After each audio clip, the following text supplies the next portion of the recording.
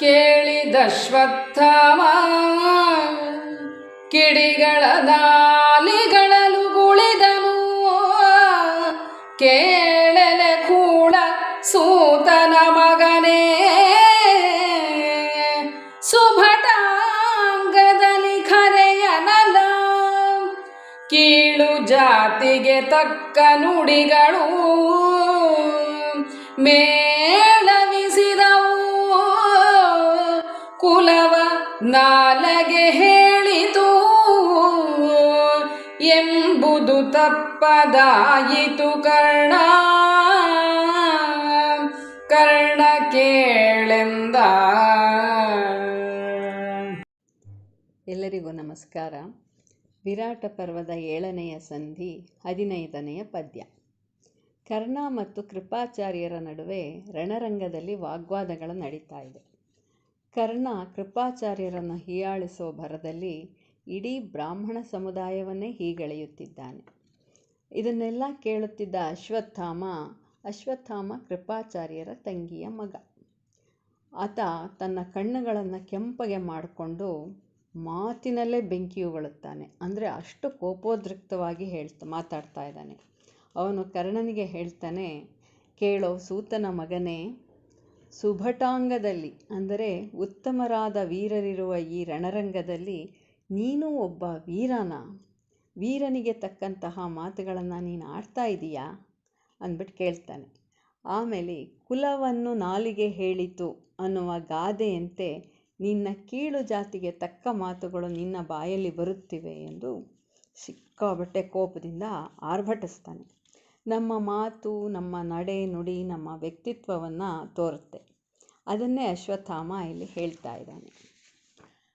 ಕರ್ಣ ಹೇಳ್ತಾನಲ್ಲ, ಬ್ರಾಹ್ಮಣರು ಬರೀ ದಾನಗಳಿಗೆ ಕೈ ಚಾಚುವವರು ಅಂತ. ಅದಕ್ಕೆ ಅಶ್ವತ್ಥಾಮ ಏನು ಉತ್ತರ ಕೊಡ್ತಾನೆ ಅನ್ನೋದನ್ನು ಮುಂದಿನ ಪದ್ಯದಲ್ಲಿ ನೋಡೋಣ. ನಗುವೆ ವಿಪ್ರರನು ಆವರಾಯರ ಮಗನು ಹೇಳ. ದಾನ ಧರ್ಮಾದಿಗಳುಳ್ ಅರ್ಥವನಾರು ಕೊಂಬರು ದ್ವಿಜರು ಹೊರತಾಗಿ. ಜಗವ ರಕ್ಷಿಸಲಾವು ಕೊಂಬೆವು ಮಗುಳೆ ಕೊಡುವೆವು. ಕ್ಷತ್ರವೈಶ್ಯಾದಿಗಳು ಕೊಡುವರು ತತ್ಪ್ರತಿಗ್ರಹ ಯೋಗ್ಯರಲ್ಲೆಂದ.